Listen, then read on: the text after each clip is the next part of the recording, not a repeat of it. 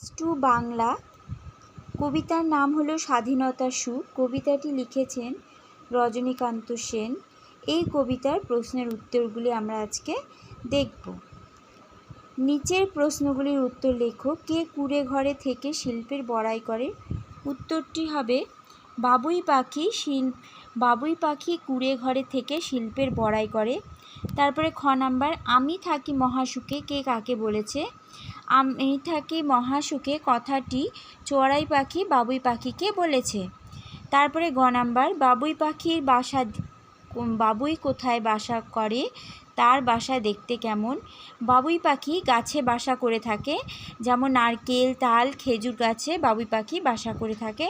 তার বাসা দেখতে অনেকটা উল্টোনো কুঁজোর মতো। তারপরে দেখো ঘ নাম্বার, স্বাধীনতার সুখ বলতে কি বোঝায়? স্বাধীনতার সুখ বলতে স্বাধীনভাবে বেঁচে থাকার আনন্দকে বোঝায়। শিল্পী পাখি বাবুই পাখি। তারপরে নিজ হাতে গড়া মোর কাঁচা ঘর খাসা, কোন কবির ও কবিতার অংশ বক্তাকে? আলোচ্য অংশটি কবি রজনীকান্ত সেনের লেখা স্বাধীনতার সুখ, কবিতার অংশ, বক্তা হলো বাবুই পাখি। তারপরে ছ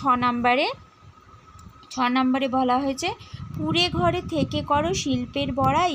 কে কুঁড়ে ঘরে থাকে? বাবুই পাখি কুঁড়ে ঘরে থাকে। সে কোন শিল্পের বড়াই করে?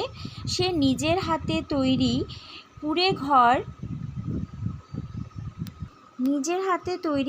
ঘর তৈরি করা শিল্পের বড়াই করে। তারপরে কে কাকে কথা বলেছে? চড়াই পাখি বাবুই পাখিকে কথা বলেছে।